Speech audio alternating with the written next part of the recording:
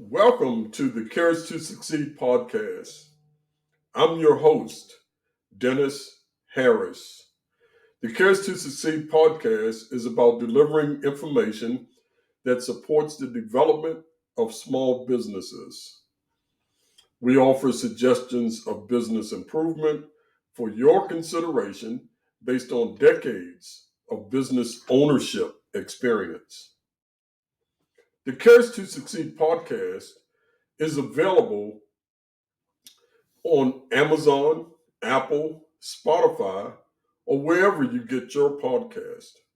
Sponsored by Shore LLC, a small business consulting firm that specializes in sharing knowledge gained from years of experience and using the resources of talented associates to advise and guide you on a path to successful growth. In other words, we've been there and done that. Today's topic, building an effective sales team. I'm excited today because on this episode of the Courage to Succeed podcast, I am joined by my friend and special guest speaker. Yep, I know you're tired of hearing my voice. So today I'm joined by the highly recognized guru of sales training, Mr. Thomas Ellis of EWC Consultants. Thomas is the author of a new book titled B.U.D, Better, Unique, and Desirable, the sales process that gets results. Now, I first met Thomas when the owners of one of the most successful small businesses that I've worked for asked me to consider taking over the sales management role. I've been serving as vice president of operations and had focused for almost 5 years at that point on improving the company's operations.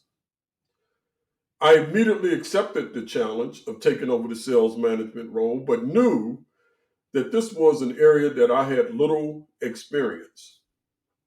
And as I've shared with you previously on other Courage to Succeed podcasts, when I'm faced with a new challenge, I go into my research mode. Part of my research led to my using LinkedIn as a tool to find additional resources to help me in this effort. I wanted to understand more about what was needed to build a strong sales team and what knowledge I needed in order to become a sales leader. I searched using keyword sales trainer, and the name Thomas Ellis came up. I reached out to Thomas via LinkedIn, and we've worked together to build a very successful sales program at the company where revenue reached over $50 million. I invited Thomas to join me today to share some of the processes that he employed to help me build an effective sales program and sales team, and to share some nuggets from his new book. Thomas, how are you today? Dennis, I am fantastic. How are you, my friend? Doing well, doing well. So, Thomas, can you share with the Courage to Succeed audience the steps that the steps and thought processes that you go through to help a small business build and optimize a strong sales team? Dennis, that is an excellent question, and that is the foundation of most small businesses that I work with is building an effective sales team. And so if I go back and think about some of the companies that I've helped, as I was preparing for this podcast, I thought about some key things that are very important. And I'm going to refer to my notes here, but the first thing is to hire the right people. Okay. Yeah. Right? There's a saying that you have to make sure you have the right people on the bus. And so the first thing is to hire the right people. So how do you hire the right people? And this is where a lot of my small business customers did not have an effective interview process.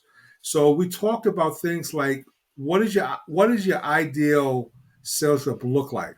What qualifications do they Mm-hmm. need? What type of skills are you looking for? What type of emotional intelligence are you looking for? And in many cases, we do an assessment of to see if these people have the necessary skills.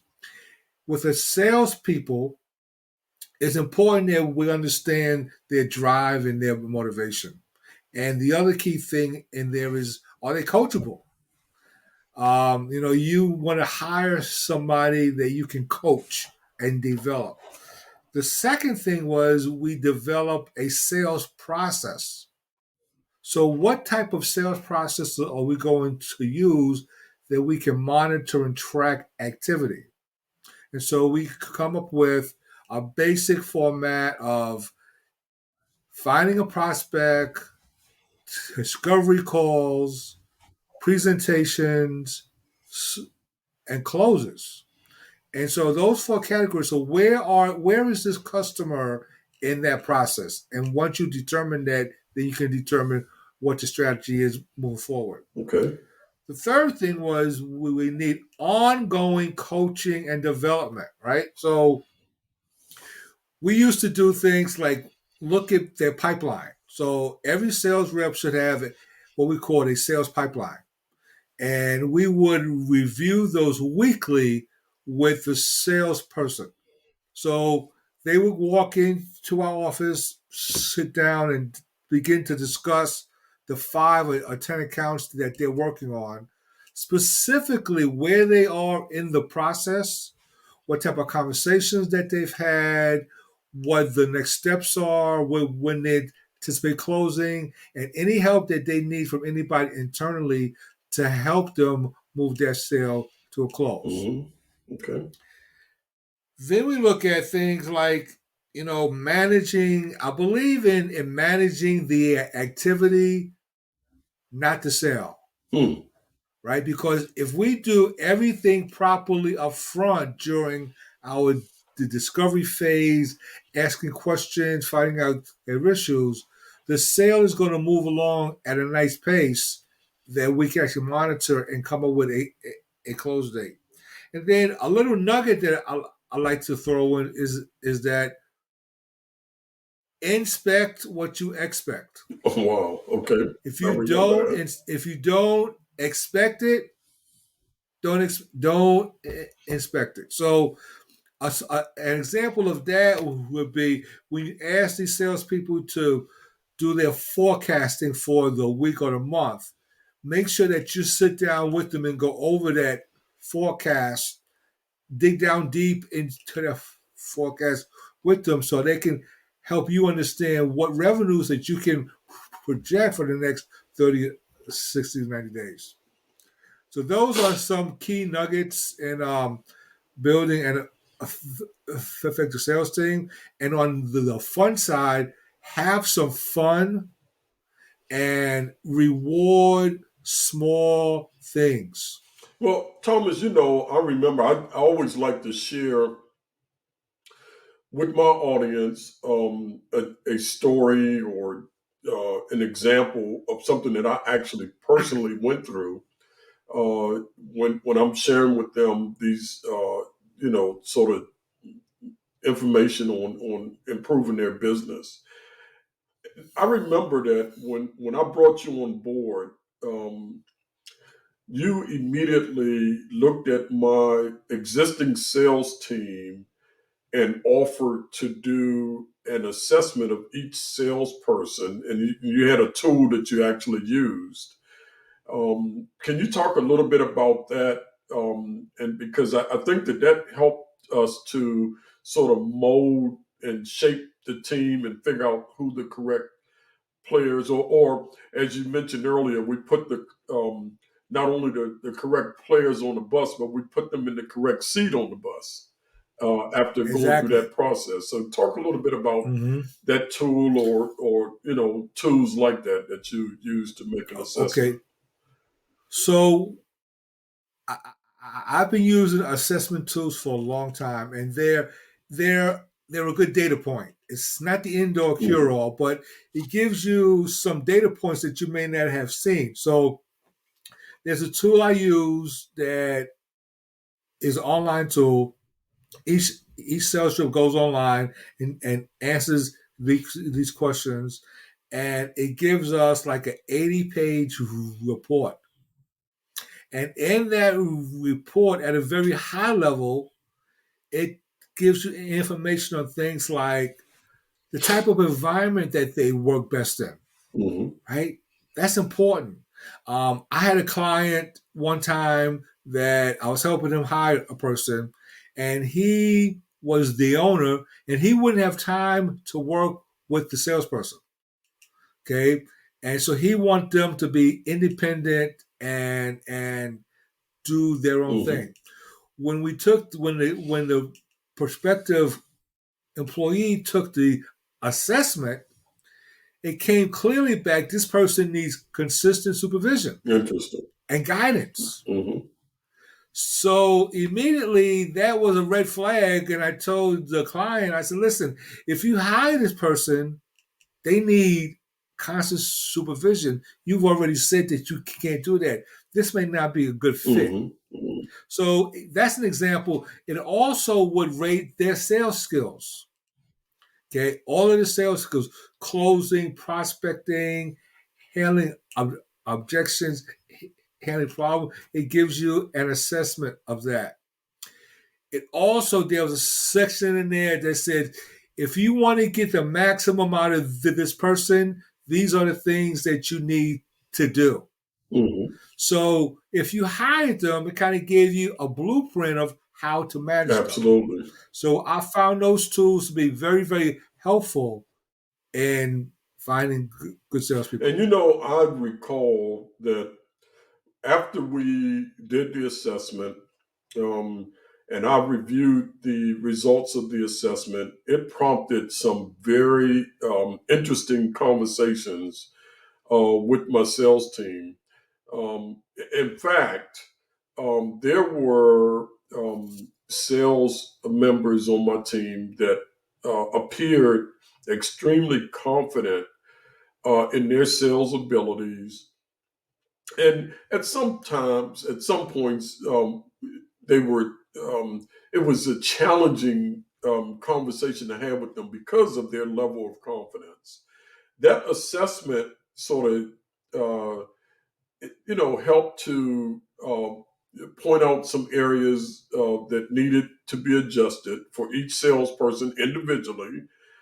And in those conversations, it allowed me to sort of rethink my strategy as a sales manager and how to better assist each salesperson individually um, to be successful. And so I found things like I had team members that all I had to do is give them sort of a high level goal.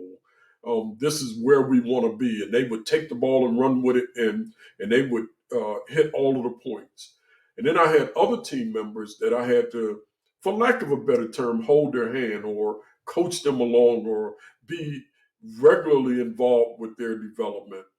And so that assessment really helped me to not sort of have a cookie cutter sort of approach to all the sales. Like everybody has to be here at this time, and everybody has to do this, and everybody had, So I actually set up as a result of that weekly meetings individually with each salesperson, one on one, and I was able to address that salesperson based on their specific needs. And so And I you found are that to be very helpful. Dennis, that is probably the number one thing is if you're a sales leader is to develop a programming plan with each individual because everybody's not the same. They don't have the same skill set. They don't learn the same Mm. way. And so, but many organizations, large and small, have this cookie cutter approach. And it's not effective because you need to work with the individual on an individual basis to determine how do I get the maximum effort out of Johnny okay? Mm-hmm. And then I have to get the maximum answer out of Mary. But they're two different individuals with two different thought processes, two different ways that they think about things, but I have to maximize that. And that assessment that you use really helps them and helps you to partner with them to get the same result that everybody else is getting, but it's a different path. Absolutely. Absolutely. All right, let me transition to this new book.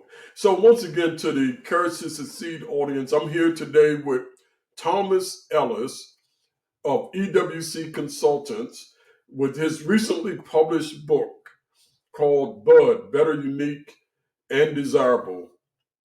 Let me show you this book because I have my copy here. This is the book, and later on in the show, Thomas will tell you where you can find a copy of this book. If you're trying to build a sales team, if you're a salesperson, I recommend that you take a look at this. So, Thomas, why did you feel the need to write a book on sales processes? So, Dennis, I've been in sales for a long time, and one of the things that I've noticed is that people make the sales thing complicated. Mm-hmm. You talk to many people, oh, sales is so complicated. Sales is not complicated if you follow certain processes and you can repeat them. And you don't necessarily have to have a sales background to be an effective salesperson. And so a lot of the clients that I've worked with over the many years are people that are experts in their field, whether they're operations or finance, and they started their own company, and they had a fear of how do I sell? How do I sell my products and services? And so over the years, as I've coached and did presentations and workshops, I realized that people are more comfortable when you keep it simple, Mm-hmm. right? So the first thing I do when I'm working with a new client is let's not use the word sales. Let's use the word help, Interesting. right? Okay. Just replace the word with just replace that sales with help, right? Now, help has an emotional feeling to it, right? Because if I walk up to you and say, Dennis, I need help with figuring out how to do this, your natural response is, let me see how I can help you, right? It's a natural, innate human response. So that's the first thing I did. Then I talk about a process to where sales is nothing more than a bunch of great conversations with the same person over a period of time. That's all sales is at the root base core level. But there are some things that happen in that process that you have to master, right? So you have to become good at asking questions to uncover what their problems are that they want to fix Mm. now. Notice I said want to fix now because every business has problems, but some of the problems you talked about, we've been doing it that way for 25 years. It's okay. It's not critical. Mm-hmm. You need to find the areas that are critical to them that if they don't get these fixed, has a traumatic negative impact on their business. Okay. And so you do that. Those are the questioning Mm-hmm. part, right? So you learn how to ask better questions. You also learn to listen more effectively, right? Because keep in mind, this is a conversation, right? It's all about conversations. And the more conversations you have with that potential prospect, the more that you learn about them, what they like, and more importantly, how they buy, right? If you listen long enough, people will tell you exactly how they're going to buy your products and services. And my book goes into a lot of detail about Mm-hmm. that, but it's very simple to apply. And I've many of my clients I work with that have bought the book, that know me all these years, this book has helped me tremendously. Absolutely. So tell me, what is the bud factor? Okay, the bud factor, right? So it's better, unique, and desirable. So in the sales process, you want to be a bud. You want to be better, right? So better. What is better? So better means I'm prepared, right? I've done research on your company, you, and I kind of have an understanding of what problems you may have, so I can prepare the conversation, which is going to involve a lot of questions in a conversational manner. That's better, right? Mm-hmm. I want to be better than everybody else.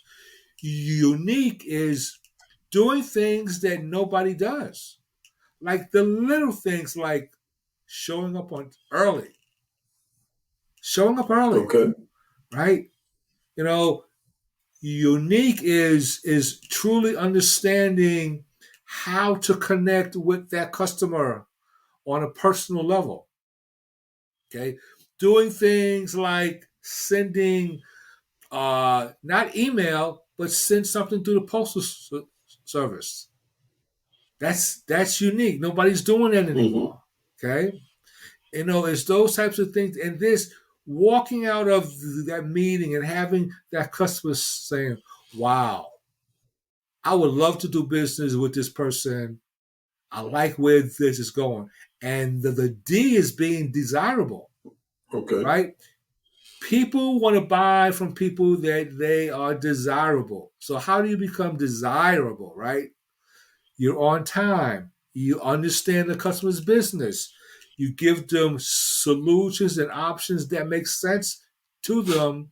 You don't tell them, you help them understand this is how I can get you from point A to point B. Mm-hmm.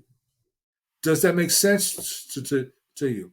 So that's where I came up with the bud. I call it the bud factor. It's basically wowing that customer at every interaction that you have with them. Got it. So, tell us about the sales mindset that you mentioned in the book. So sales, you definitely have to have you have to be in the moment, right? So if you're prospecting, say you say so today I need to find two new people that I can go talk to. So that's the goal. So I need to get into the mindset of I need to either make some phone calls, right? I need to go on LinkedIn, and I need to be focused on the mission. The mission for the next 2 hours is to find two people that I can set up an appointment with, Mm-hmm. right? And the mindset, you could take it in any discipline that you want, is focusing on the task and doing the task and staying with the task. For example, you and I play golf. Absolutely. If I want to be better putter, Mm-hmm. okay, my mindset says I have to practice, Yep. Mm-hmm. Mm-hmm. right? So I go out to the course or the range and I practice, right? I'm not playing golf. I'm not doing my mind. I'm singularly focused for the next hour or two. I'm going to drop balls down. I'm going to set up my, and I'm going to practice my putting Mm-hmm. mindset. That's what I mean by mindset. Okay. Okay. One of the things that um, cause hesitation with sales professionals is the fear of getting no as an answer. You have a chapter that talks about dealing with objections. Can you share a little bit of that? Yeah. So in the sales game, Mm-hmm. right? No, once again, you got to have the mindset that you're going to have no's, right? You may call 10 people and get 9 no's, but you get that one yes, Mm-hmm. right? And that one yes sustains you, Mm-hmm. right? Okay. Because when you think about it, nobody bats 1,000, Mm-hmm. right? If you're a baseball player and you hit 333, you are in the Hall of Fame, Okay. Yeah. Yeah. right?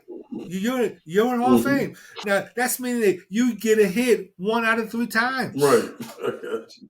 right? I Right. mean 1 out of 3.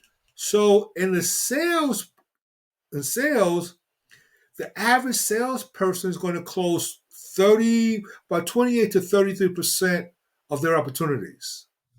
So that's a third. Mm-hmm. So you're going to have the no. So if you have 10 people that you're talking to, 7 people are going to tell you no. Mm.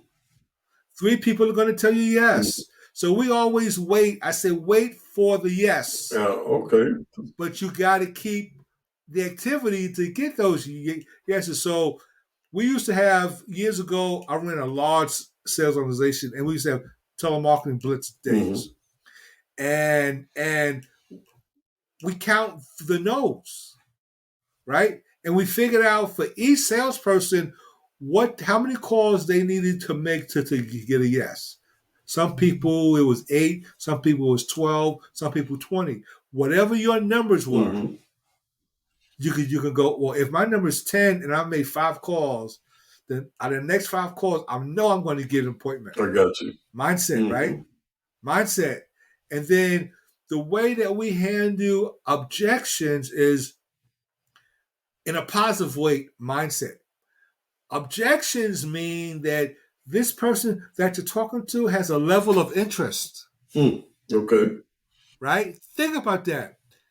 If you go to a sales call and the person that has any questions, if you think back, you never sold those customers because they weren't engaged. They didn't have any questions. Nobody has any questions, no objections, right? So when you get an objection, you should be excited because that says that the customer is engaged. And I need to fully understand what the objection is and how to have the conversation with them, that at the end of the conversation I can say, are you satisfied with my answers on that objection? And they go, yes, okay, now you move forward. But the sale doesn't happen. The sale doesn't happen unless 2 things happens. You hear a no and you get an objection. Okay, good stuff. And lastly, I don't want to give the entire book away because I want people to support you and go out and get it. But in your book, you also have an area where you talk about sales myths.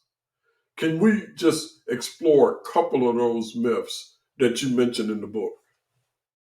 So what myth specifically would you like to talk about? Okay, well, I just happen to have the book here in front of me and marked, and there were a couple that came to my interest as I read through it. So talk about winning with the lowest price. Oh, that's one of my favorites, right? Okay.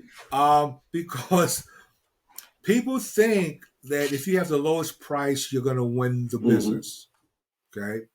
And that is a myth because the lowest price doesn't necessarily win the business over time, right? Lowest price means that the person says, here, they want the lowest price. The lowest price usually does not solve their problems totally, right? And so it kind of leaves out some very important pieces of the solution are left out because of the lowest price.